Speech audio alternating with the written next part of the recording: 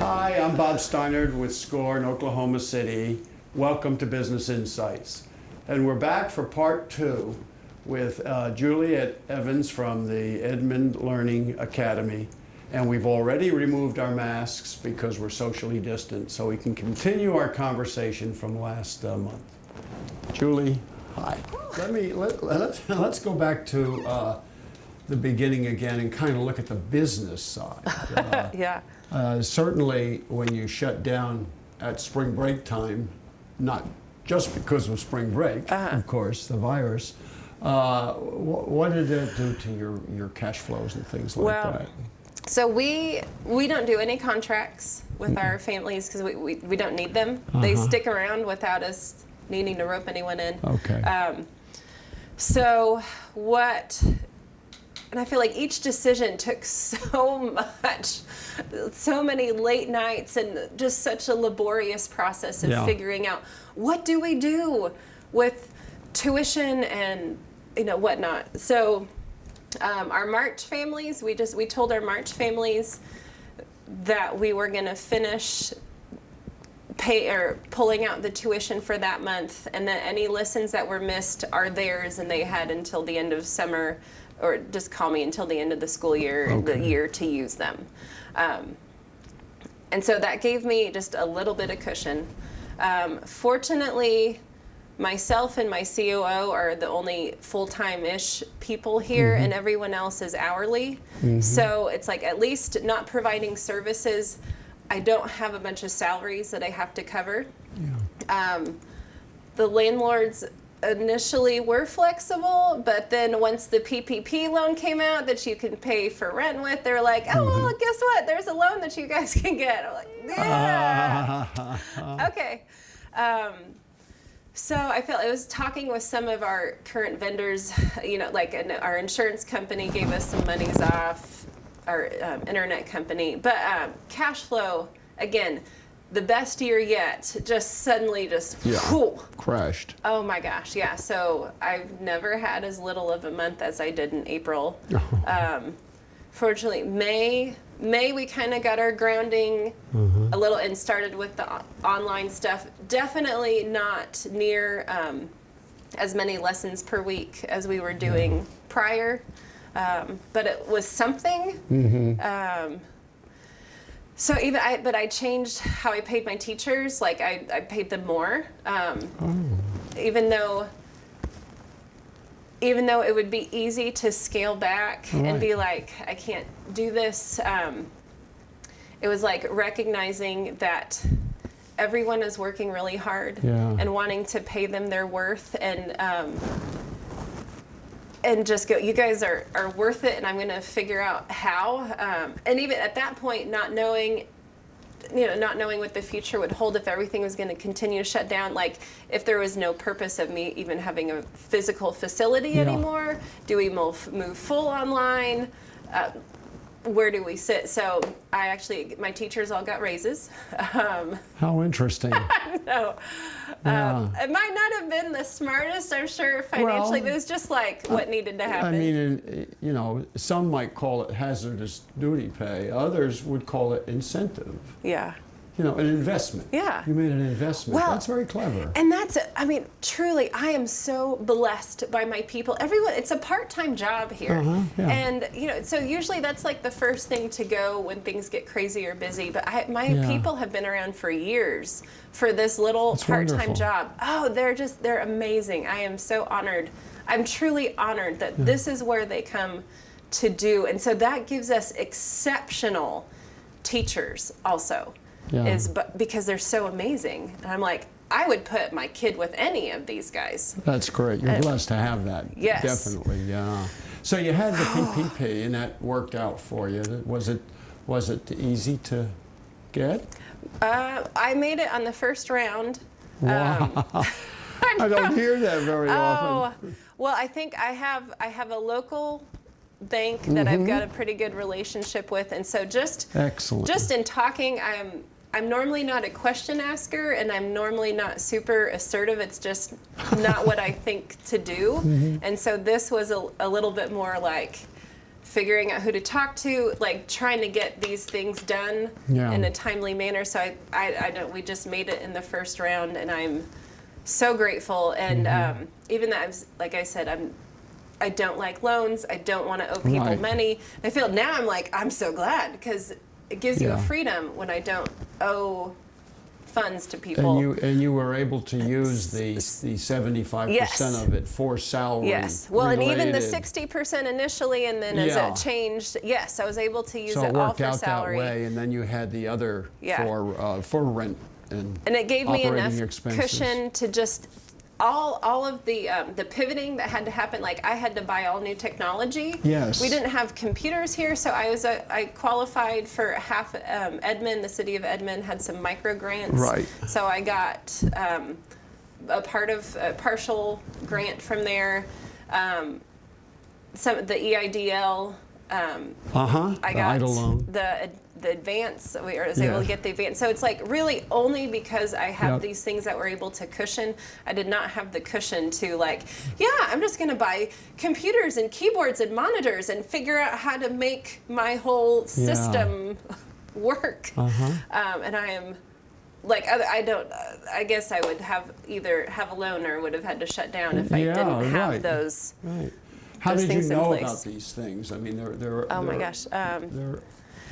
I feel so much internet searching. Just let's see, like emails, landlord send stuff, internet searching, talking to my CPA. But even then there wasn't a whole bunch of information. So it's like trying to piece it together and still being totally unsure. But okay, I'm just gonna apply, and we'll see what happens, and hopefully it'll work out.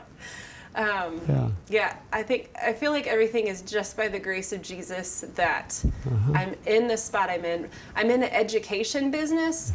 I look, and other people in my little strip center I know are hurting so much, and we are in this overload where I can't find enough staff right now for the need that we have. And it's like I have thoughts of okay, if I expanded, how could I do that well and organically, and in a place where I feel comfortable, and it's like I know that is so different than conversations many businesses are having right now. It is. It is very, very much so. You're actually looking to grow. It's like starting to explore. And some of it is because. Keeping things in a safe amount, like we have a limited amount of students that I can let in now. So the records that we used to have, we had this many lessons per week, I can't do that anymore because we're limiting the amount of people in one space at a time.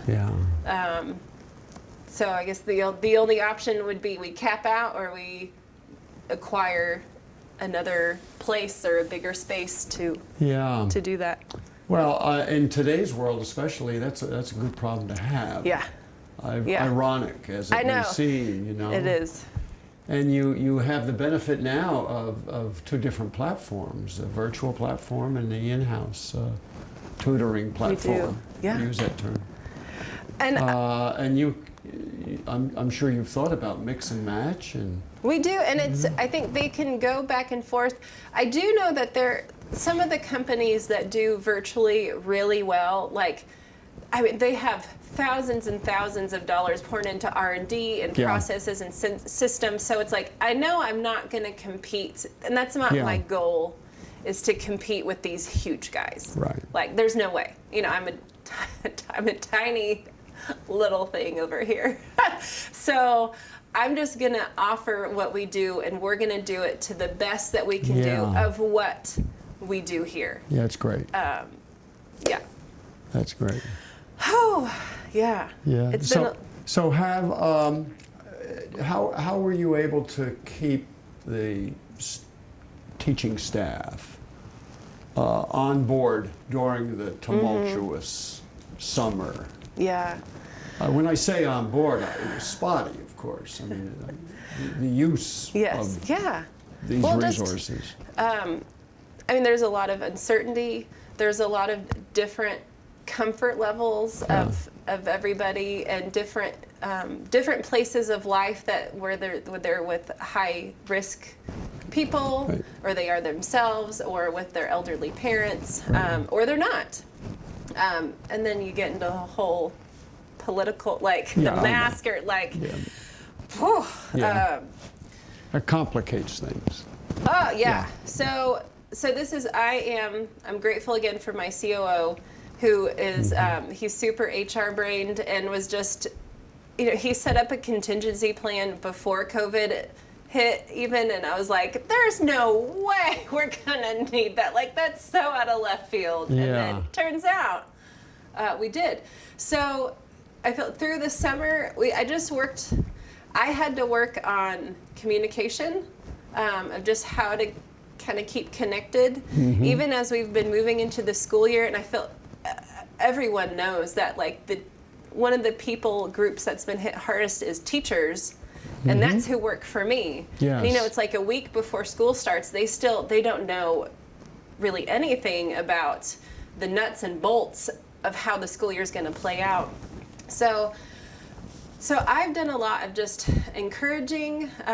I've prayed for more of my staff than I have, because some of them have had just not beat down after beat down, and then throw a virus on top of that too. So we've just been, I feel, intentionally loving and communicating.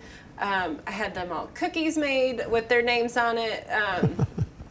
Like, I bought them all office supplies they told me something they needed in their classroom, and then I just sent them whatever they wanted. So I have like 2 pounds of fish food for one teacher.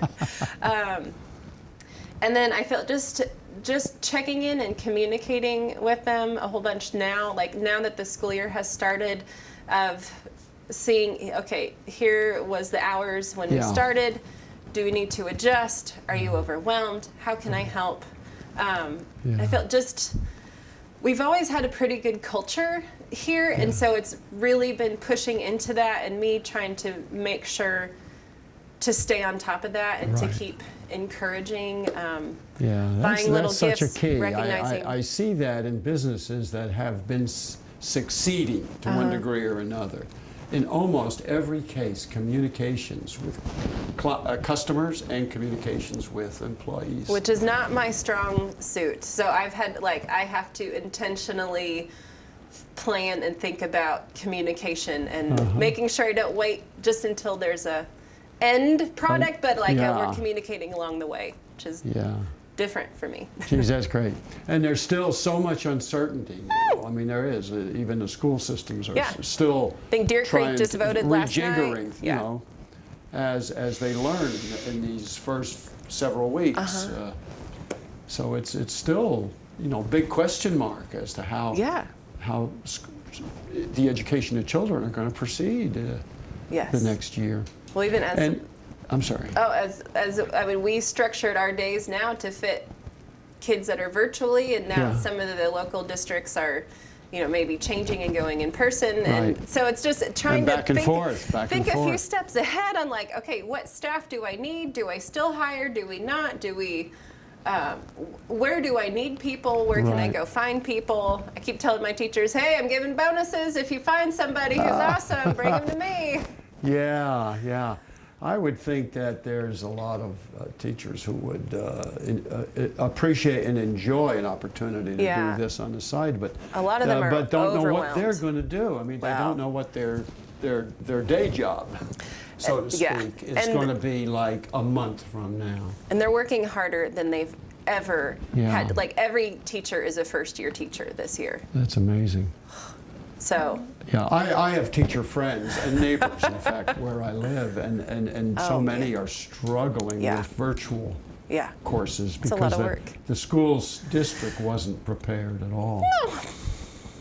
No. Well, one last question, and of course it's a hypothetical question that we hope never happens, and that's suppose it all blows up in the fall. Suppose some of the predictions come to pass. Of it You mean like the being end of the world comes? Yeah, the apocalyptic scenario of the flu and the virus and Oh my everything, and we have to retrench. What would you do? Well, I guess we've already figured out how to set up virtual, so at least that's the easiest question. Of we just flip right back to virtual and go, and something is better than nothing. Yes. So we're just going to do it the best that we can. Yeah, good. Well, it does sound like you're better prepared than most people I talk with because of what you've done. You've anticipated, and you and your COO have planned. Planning is a key. Planning is a key. Even though the uncertainty is so great, we have found in all of our work that planning makes for some opportunity for success. Yeah. And that's what you've been doing. Well, listen, thank you so much for inviting us here today and for an education for me on how a great tutoring service like yours gets through tumultuous times like this, or is getting through. You're not through yet, of course. Baby steps. But good luck. Thank you. We're at the end of our session today. We've learned a lot about educational services and the challenges getting through it.